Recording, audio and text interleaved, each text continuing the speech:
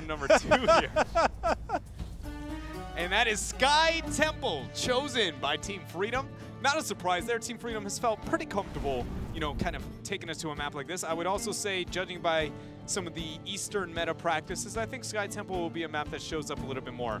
Generally speaking, I would say this is very much like if you feel like you're the confident team, you pick Sky Temple. It's easy to get an advantage, easy to be able to kite around. That in mind, keep in mind that for the first 13 minutes, that was not not Team Freedom winning that game. It was one brilliant fight and turnaround, and then suddenly they gained control and did what Freedom does best. It is what they do best, but it also is around they like the macro play. Infernal Shrine, Sky Temple, their two most played battlegrounds, their most successful battlegrounds, and so no surprise that they picked that up.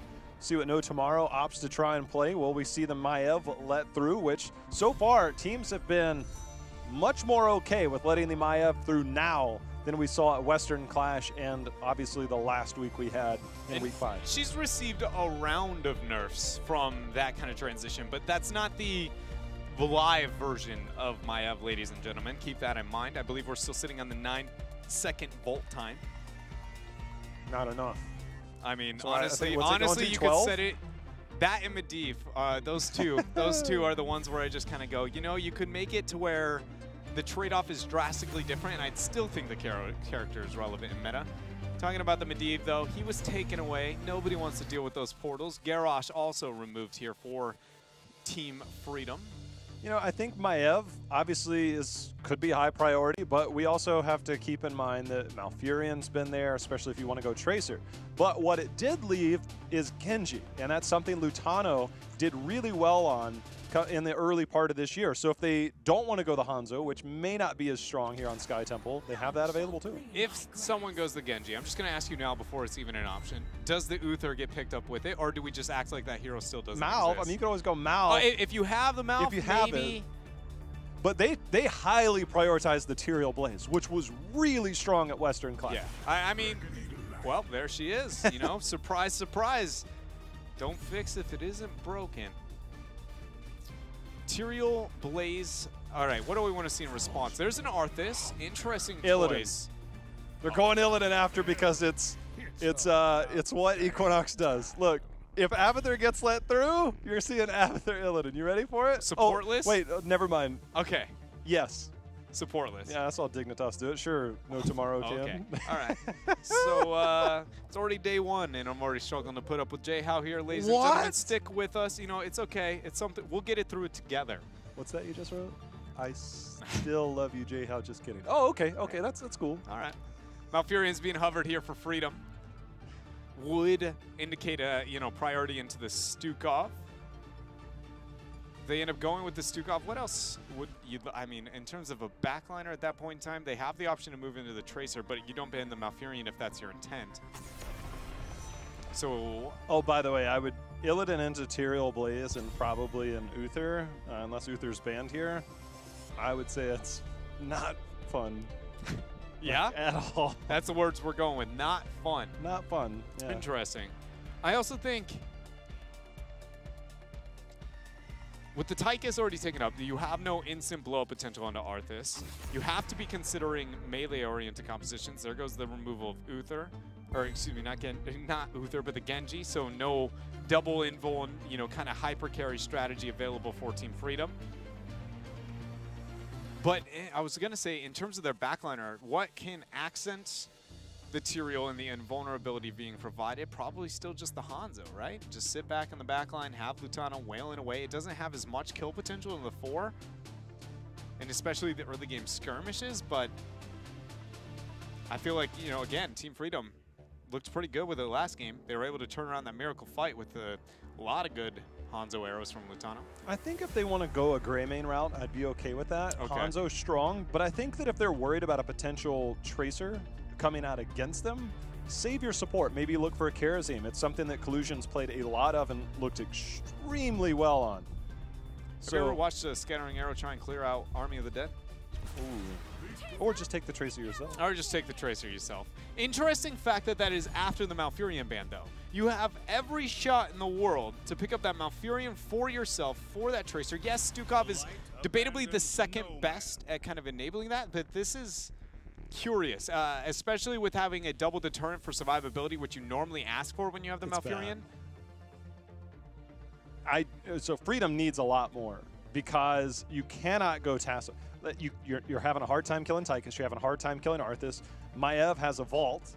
Uther has armor he can spread around. You need a lot more than Tracer to do something, anything. Tracer struggles into this style of composition. Yeah, no, she very much does. I do think there's enough left on the last slot, but I personally feel like with the Stukov kind of adjustment and that priority with the Malfurion ban opting in towards that, that is going to be mixed with some of the Tracer conundrum over the other side. I mean, we got an Uther, but not necessarily the situation nor the priority I would have expected it. And Dahaka is the last here for No Tomorrow. It's been a first time here to show for HGC North America. To me, this has to be Greymane. I'm looking at Lutano is the Tracer player. Yoda, Tassadar, Abathur, Jaina, Medivh, Malthael, Falstad, Tyrael. Obviously, he can play a wide range of heroes, even the Li Ming.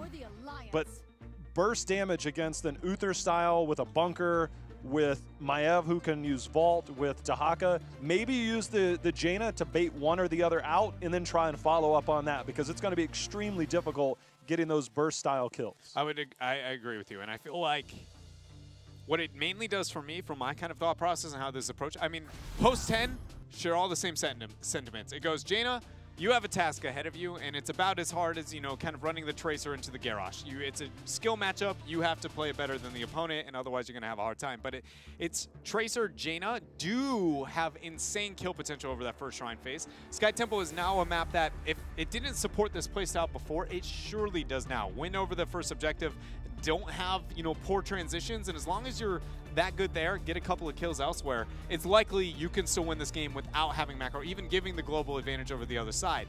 That in mind, if you end up struggling over that first Shrine phase and you've committed that much to the team fight, and your team fight post 10 isn't that reliable, and you're losing the global, it's, I mean, if in the world of simple machines, your fulcrum on your, you know, lever is colossal. That's the thing that everything sits on, the triangle. Okay.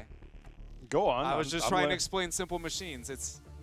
Tell me more about the fulcrum, Dreadnought. Anyways, it gets what that means is there's a light amount of pressure, and suddenly everything can cascade against you.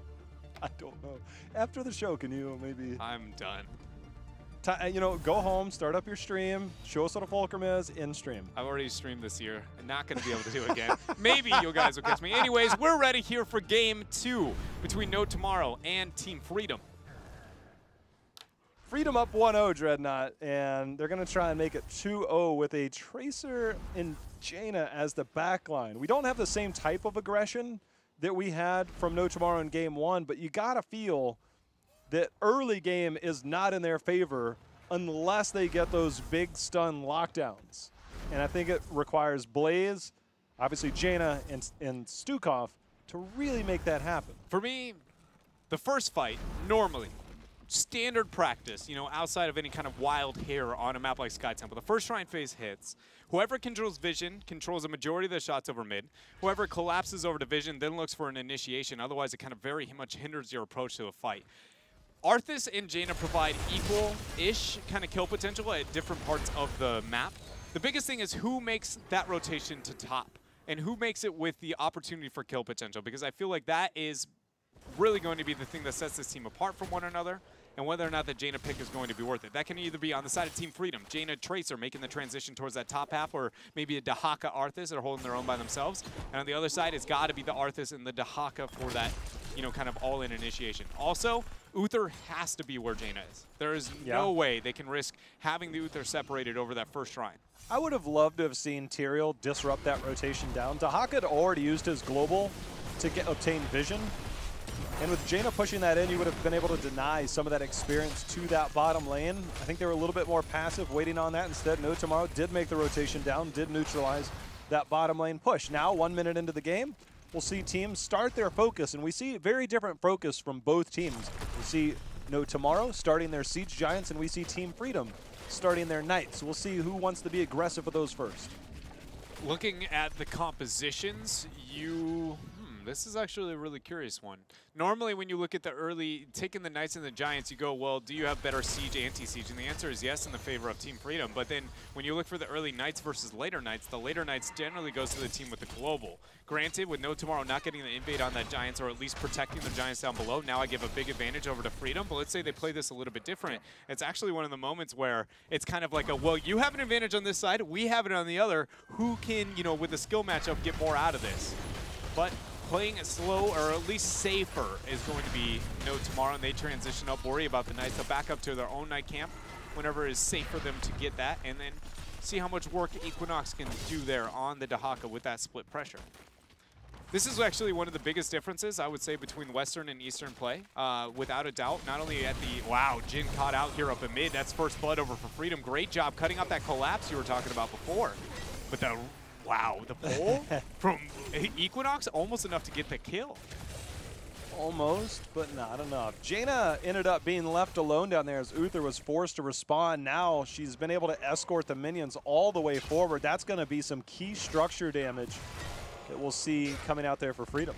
That's exactly what I was going to talk about. Is the fact that Jaina was left alone in that, right? She was left to a 1 versus 1 originally. Normally, compared to, if you know, again, towards the Eastern meta, it will be at least a 3-man defense onto those type of things and not giving anything up.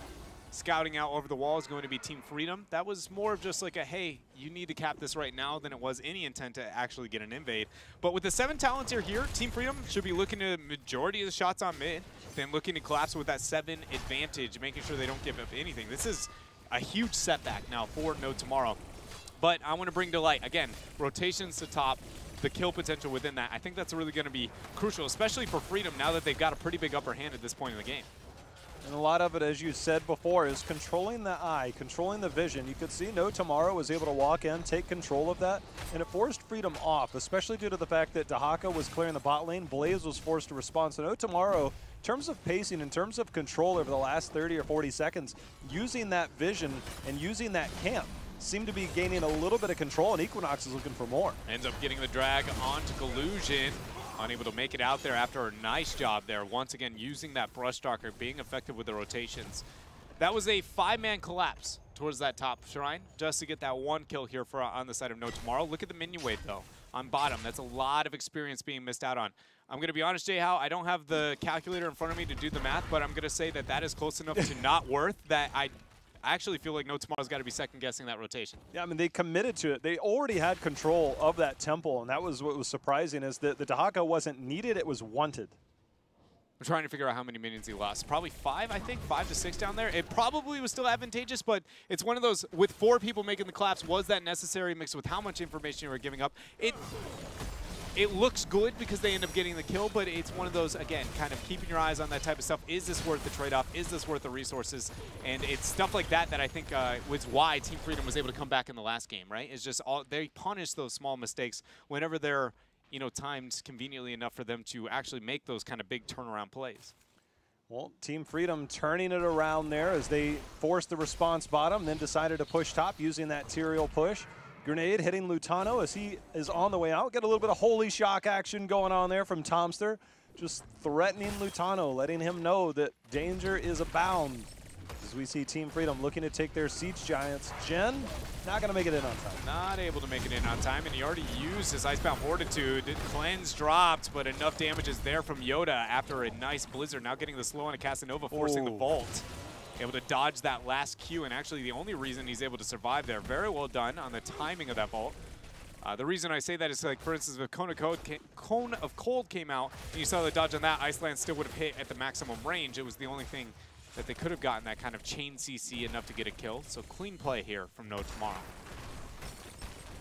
Freedom taking advantage of that. They have 10 now. They already opened up this bottom lane. This should be a free fort for them before the next temple phase starts here in about 15 seconds. But due to the timing of the first wave, normally you'll see teams try and make a play around that. We've got Tyrael. He just used Sanctification mid. Zugrug. Even if he survives that cooldown being down during this next objective, that is a very big, you know, kind of detriment towards them over this next objective. No Tomorrow can't waste any time, though. They need to capitalize on making sure they consume the shots as fast as possible. Jin, the substitute here for this week, looking to step in, get those for the squad. You know, that being said, so far, you know, especially last game, we had them on a new Barak for Jin, right? He had a lot of amazing kind of setups for the team. Because, again, this guy is a sub walking in here, stepping up, playing with the team, kind of not for the first time ever, but definitely not compared to, you know, the normal roster where as we would have had Jason, and he's really shown up so far. We haven't got too much from him here, but there hasn't been too much action, at least yet, here on Sky. It's because Team Freedom is constantly finding ways to force out rotations elsewhere. Instead of fighting over that bottom shrine or bottom temple, they opted to move up and start a rotation. They picked up a camp. This fort will eventually fall behind this camp here in just a moment, if not before. So Freedom forcing that out. Arthas just now finished up the channel. He'll come up top in a moment, but before then, Casanova under assault here on Team Freedom. Well, he's going to go be used. Vault over at Warden's Cage bunker as well to get through that Warden's Cage, but the Divine Shield ends up keeping No Tomorrow alive. Good job, Thompson there to drop that cooldown, make sure everybody makes it out. But Freedom, they're comfortable with the fact that that didn't really cost them that much to get that initiation, and now stacking the double Night Camp on top. Equinox maybe out bit too far, body blocking from Zugrug. Jin with that huge flank here on the Arthas, but he realizes that's a position that they don't want. Everybody trying to retreat in, but also zone out Team Freedom. Shrite already has the Odin out, and when you have this much pressure against you, it's almost necessary. Big lurking arm there by Collusion, zoning out just about everybody as Team Freedom. They're not going to take one tower, they're going to take two and put themselves even closer to 13. Structurally, right now, things are really in Freedom's favor. Yeah, they very much are. And when you're ahead in structures and you're ahead so far on, I mean, with experience as well, this is very much becoming Team Freedom's game to lose, if you will. Sky Temple is one of the few maps that I do feel, you know, sets you in a position to kind of be like, it's not that it's your game to lose, or it's not that you will 100% win that game, but it is more you have to make a mistake, right? You've got to blatantly do something that objectively kind of doesn't make sense to the math problem that is competitive heroes. I want to see if it ends up being a we got to get this boss fight, right? Because you got Sanctification on one side, you got Big Lurking Arm, but you also got Warden's Cage. There's no Holy Ground, on the so other. it becomes a lot more competitive. Yeah. Right now, Freedom just flexing on him with level 13, taking all the camps, and they have painted this map blue. Now they're going to look to turn their attention towards the temples. With that being active, Shrite ends up getting the D shield. He didn't have 13, so he did not have Neo Steel coating, which is normally the counter. Now maybe wanting the Divine Shield is going to be Casanova after using that Shadow, able to make it over the wall. Drops down to Warden's Cage. Equinox kind of checking in there with that brush stock. Double camp still pressuring bottom. It's going to demand the response of Jin to the bottom lane. This is a feels bad Arthas moment. Not necessarily the easiest of clears in the world. Takes a while. Jay Shrite looking to join in, but that meanwhile is losing them a lot of shots elsewhere on the map. I will say on the world of is that Divine Shield the time or the place, it was risky.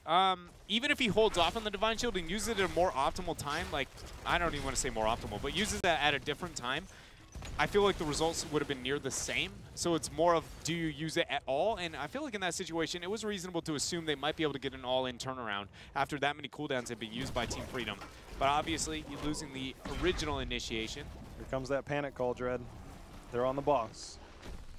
I think they have to. Look how little interest they have. They just go straight to top keep. You wonder why Freedom picked Infernal Shrines? You wonder why Freedom picked Sky Temple? They can find ways to avoid a lot of what else is going. You give them a little, it will open this up. And I love this. This is one of my favorite moments where a team just goes, what if we don't?